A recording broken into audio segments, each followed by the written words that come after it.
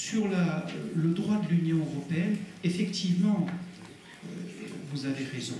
Il reste un élément qui doit, ou deux éléments me semble-t-il, qui doivent peut-être tempérer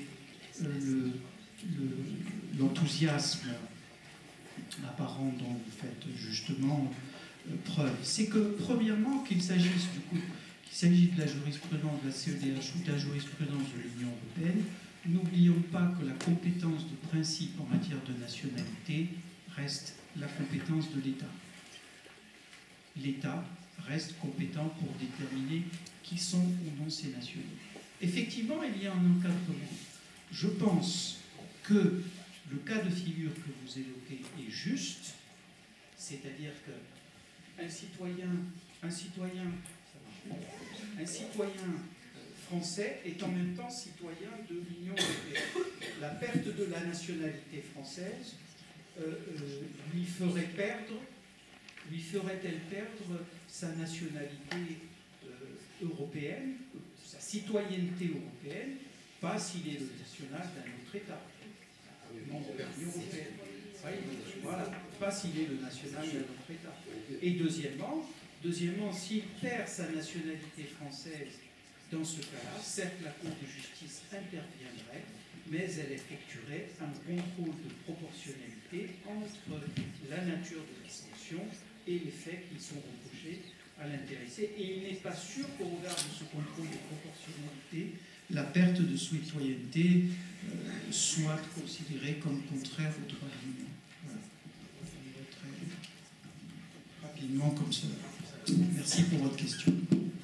Juste sur la deuxième question que vous avez posée, et très rapidement, le fait effectivement qu'une personne perde sa nationalité parce qu'elle est accusée d'acte de terrorisme et que l'autre État dont elle est nationale déchoit également de sa nationalité pour acte de terrorisme est quelque chose qui n'est pas qu'un cas d'école. Il y a eu des cas de Grande-Bretagne tout à l'heure.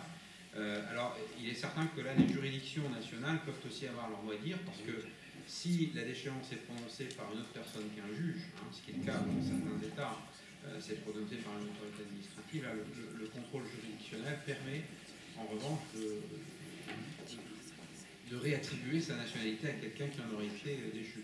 Alors, il y a aussi une chose qu'il ne faut pas perdre de vue dans cet ensemble, c'est qu'on a l'air de parler ici d'États comme si tous les États étaient des États démocratiques dans lesquels on respectait les droits fondamentaux partout. Il y en a qui sont également des États voyous, qui acceptent parfaitement ce genre de personnages et qui les transforment en combattants. Je crois que la raison d'être aussi de ces législations, c'est d'empêcher qu'il y ait de la part de certains États des comportements qui sont inacceptables au regard à la fois du droit interne et du droit international. Le développement du terrorisme.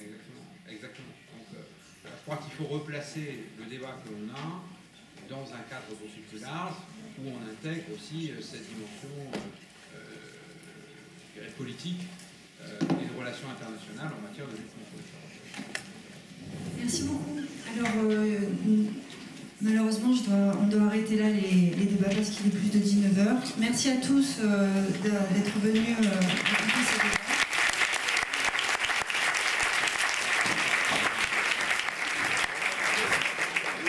Et merci en particulier aux 4 orateurs d'être venus et de nous avoir fait profiter de leur connaissance.